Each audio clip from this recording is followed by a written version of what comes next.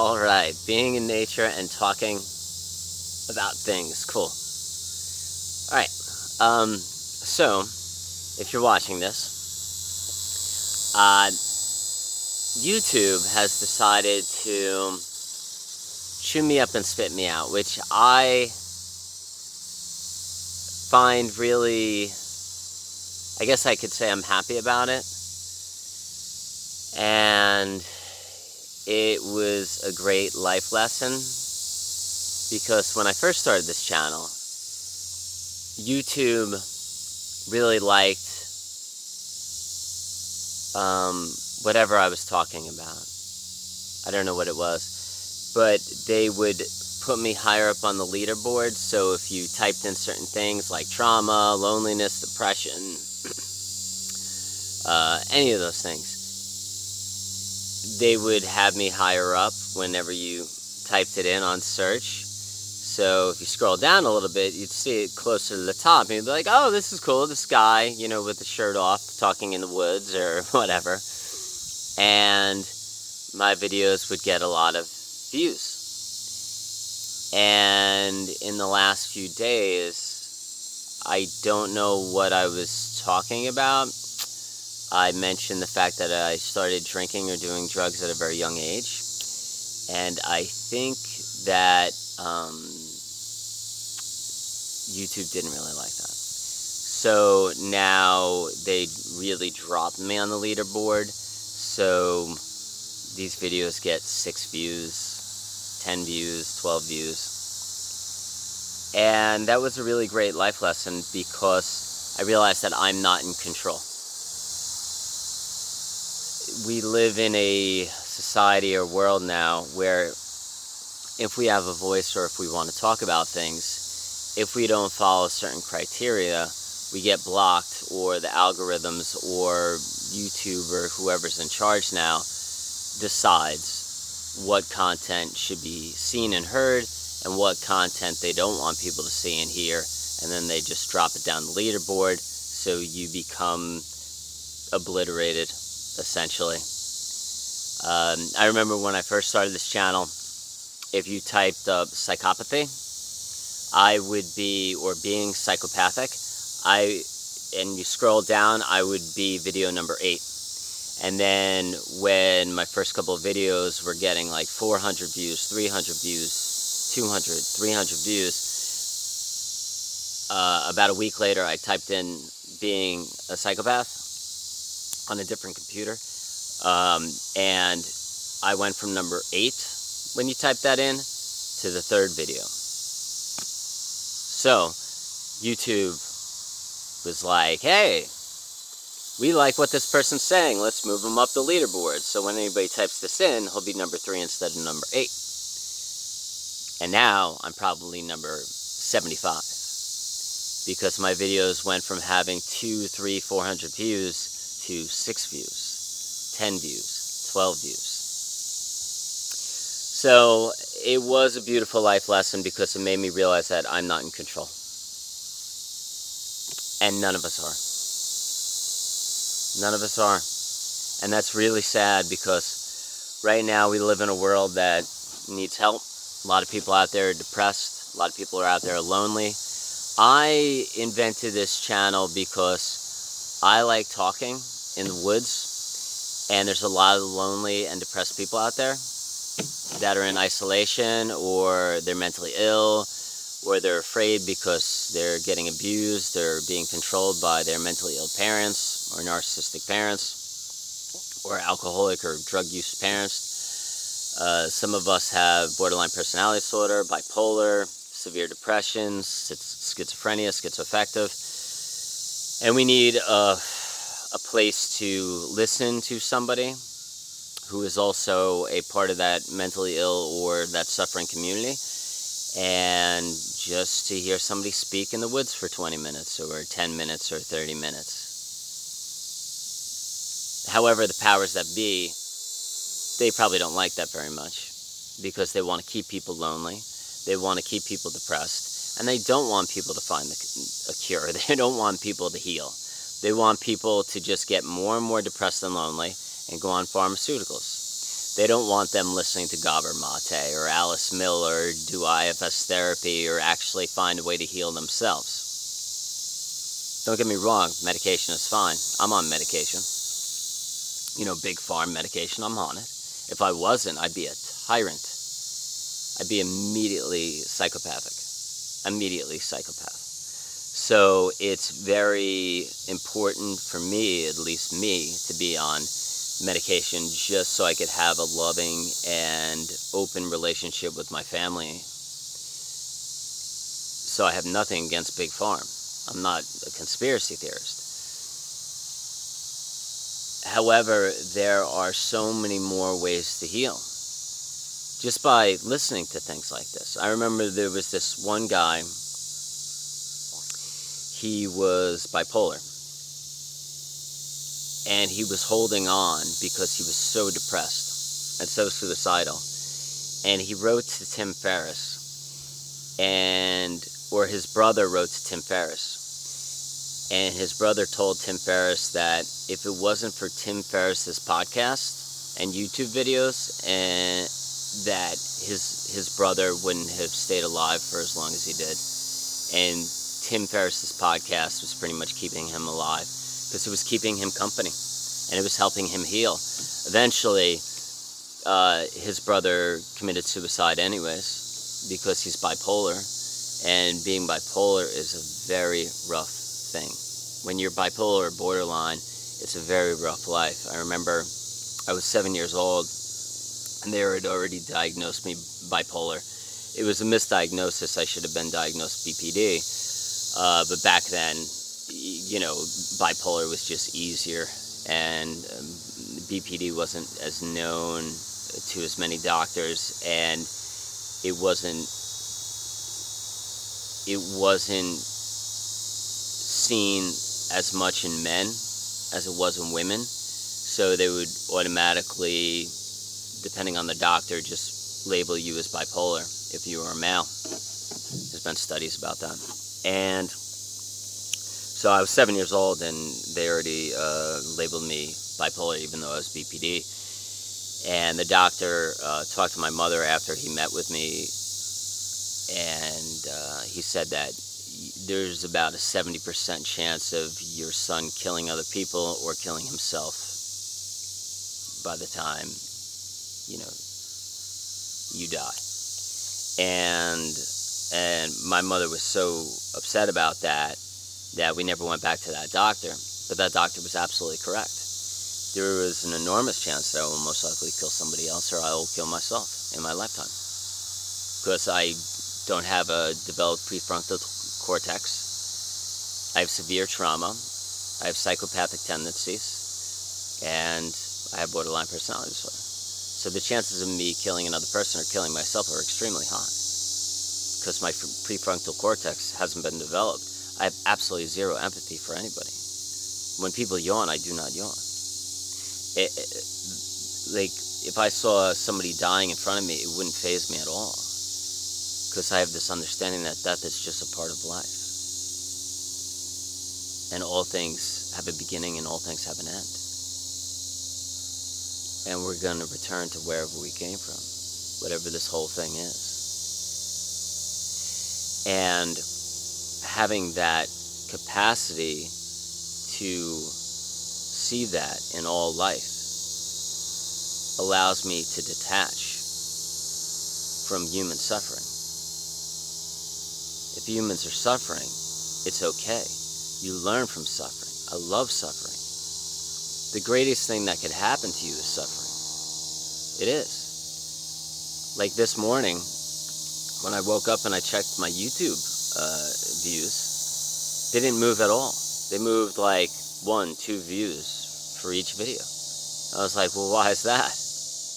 That's because YouTube decided that they didn't want me around anymore. It's not in my control. I could have been very, very, very upset about that. Or I could have, and I still felt a little sadness, because I really want to talk with people and be there with people and be there with our community. But a part of me was like, that's a good thing.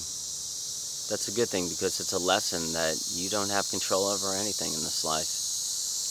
And all things eventually end. Everything ends. And anything can be taken away from you. Anything can be taken away from you. You think you're doing hot. You think you got it all. Next thing you know, it's taken away from you. It's just the way it goes. All things have a beginning and all things have an end. Just like life.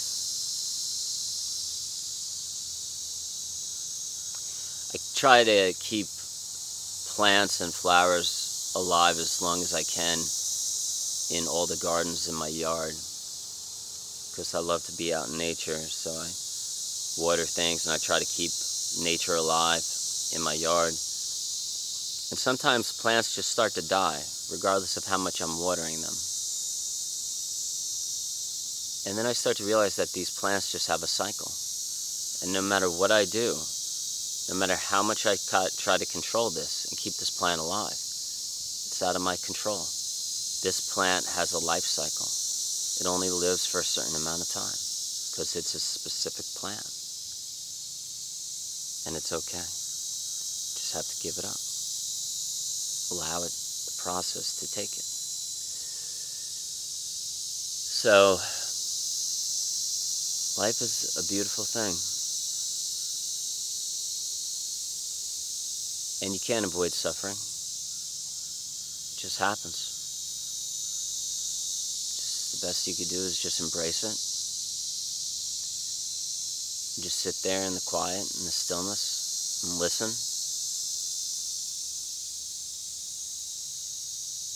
And figure out why you're suffering. And be loving and compassionate with yourself and sit with yourself and just go within and just say, I'm feeling the suffering within me right now. It's very interesting. I'm curious about this. Why is it happening? What is it? Why am I feeling this suffering?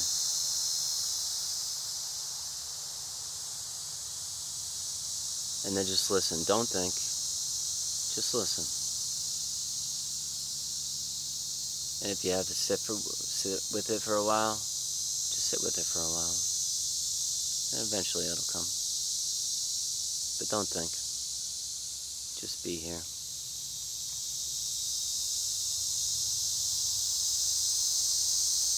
And in that space, you'll start to figure things out.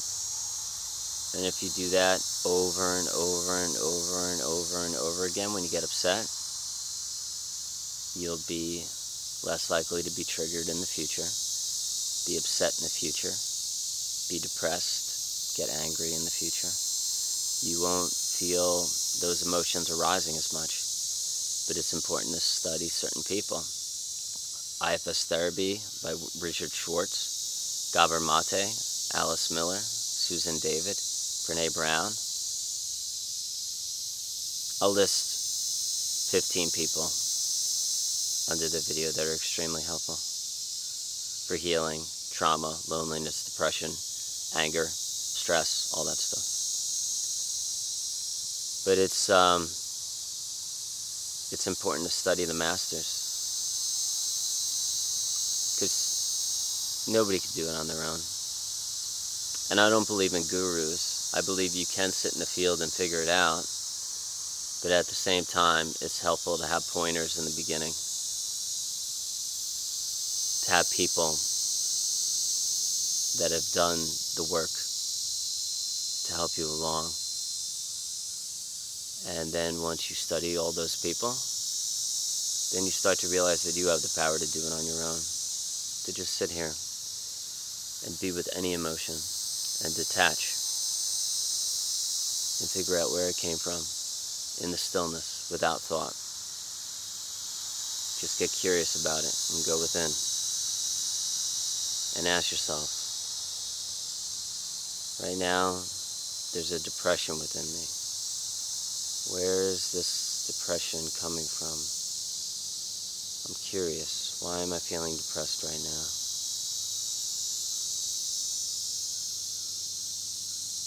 Why am I feeling this depression within? What is it? Just be loving towards yourself.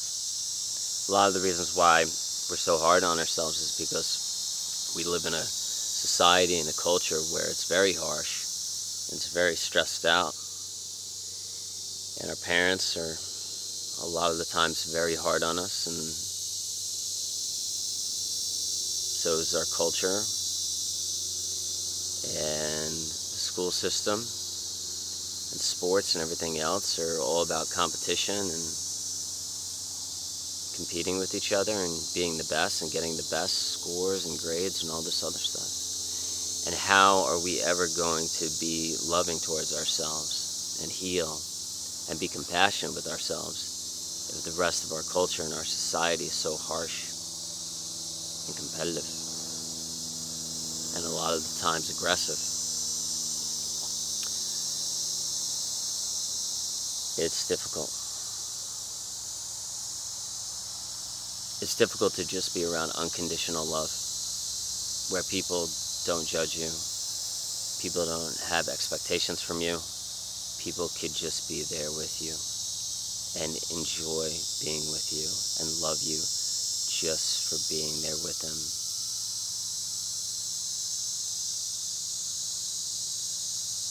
Where they don't need anything from you. They don't want anything from you. They don't desire anything from you. But in order for a person to be there with you like that, they have to get away from their fears and their attachments. And they have had to heal. And unfortunately, we live in a society where it's very difficult for people to heal because everybody's distracted by things. They live and they work in this competitive life. Most people have stressful jobs. School is stressful. People are hard on them. And it's very difficult to just be alone long enough to understand that that competitive, stressful, hurtful world really isn't the way things should be. That's not the way things should be at all. For millions of years, hundreds, thousands of years, we've never had a society that has lived like this. This started a couple hundred years ago. And it keeps picking up and getting more fast-paced and more stressful. And people are that much more hard on each other. It's really been going on for thousands of years, but I don't understand the need for it. It makes no sense. And it just keeps getting more and more judgmental. And people are getting more and more hard on each other. And expecting each other to be a certain way. And it's extremely damaging to a person. Because the more and more people put that pain on you, the more and more trauma you'll have, and the more you'll feel like you're not good enough. And the less and less you'll be able to love and have that love within you, and the less you'll be able to love other people. Because you're living in pain now. Because of what our society's become. And what people tell you about yourself, and what they say to you, and what they want you to be, what they expect you to be.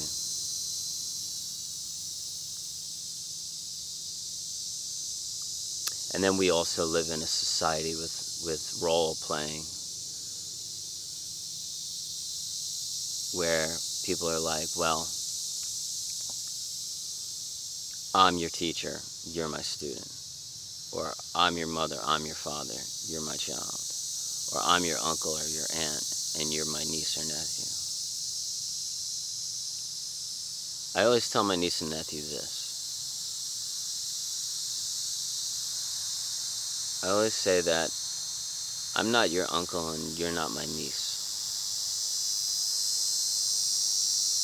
Or I'm not your uncle and you're not my nephew. We're just here together. And we're just sharing this space and we're connecting. Because once I say that I'm your uncle and you're my niece or you're my nephew, there's a hierarchy there. There's a system there.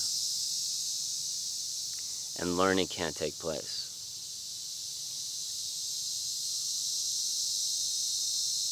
Because once we put or establish those roles upon ourselves,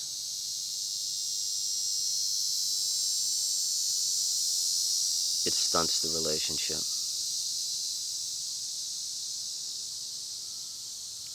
But to go into every relationship just as two beings connecting with each other, being here with each other, listening and loving each other openly. You could even do this if you're a mom or dad, even if you're a parent. No joke. I mean, you don't have to tell that to your kids. You don't have to be like, I'm not your father, you're not my son or daughter, or I'm not your mother. You don't have to do that. But you could just go within and do it without stating that. And your son or your daughter will feel that. Because if you make yourself in such a way where whenever you sit down with them, you're present and you're vulnerable and you're open and you're loving, and you don't have this idea in the back of your head that you know best because you're older, you could actually just sit with somebody, or more educated, you could just sit with somebody, or more experienced, whatever it is you think you are.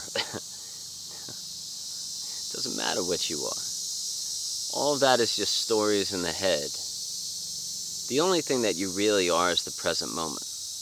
And the only thing that they are is the present moment.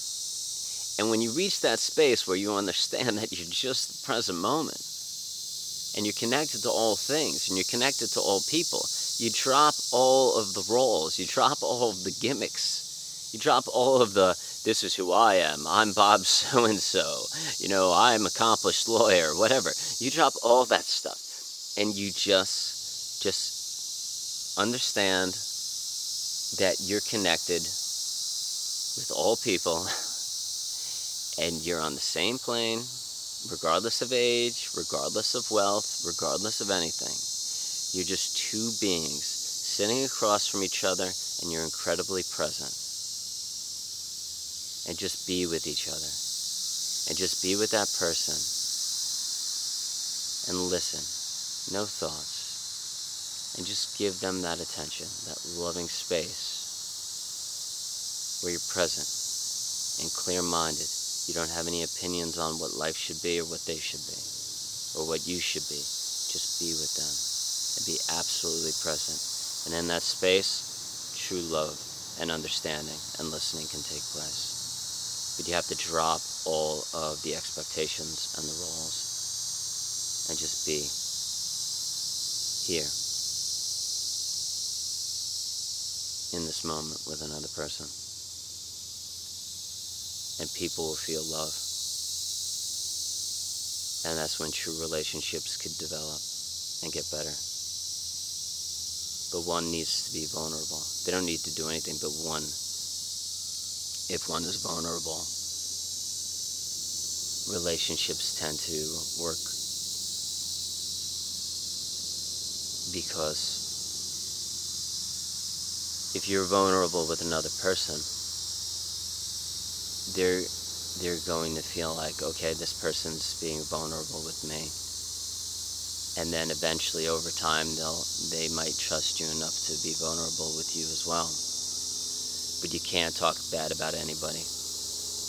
You can't talk badly about people, because once you do, that person is going to lose your trust immediately, because they'll think, okay, this person's with me right now, but they're talking badly about another person in front of me. So how do I know that later on today or tomorrow they won't run to somebody else and talk badly about me, or tell that other person about the things that I'm about to tell them now. So I just won't tell them anything.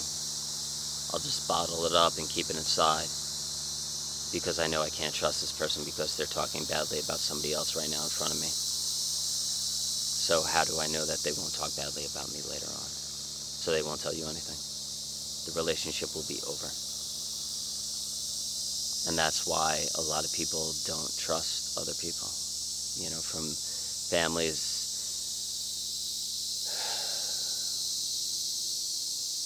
A lot of us, let's just say, a lot of us come from really bad families. Bad in a sense where we don't feel loved. We're not paid attention to. We feel neglected. We may be abused. And we're constantly walking on eggshells because we don't know when we're going to get yelled at or hit. So we just try to hide and not be seen or heard. And a lot of us live like that. So as we grow up, how are we going to trust people? If we grew up in a childhood home where we were always scared of people.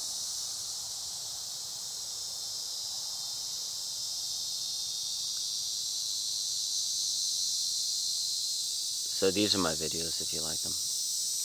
Underneath in the comments section, I write about how to buy this ebook I wrote that's based on a lot of the things that we discuss in these videos. Growing up with mental illness, or a family with mental illnesses, or living in trauma, loneliness, severe depression, homicidal thoughts, all those things.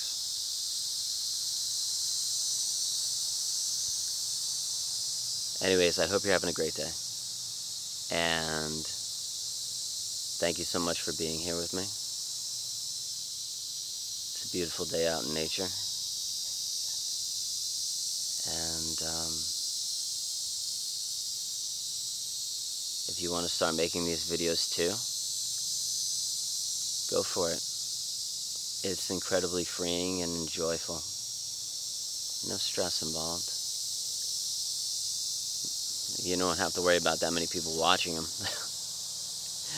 People only watch 6 views on my videos now, because YouTube doesn't like these kind of conversations.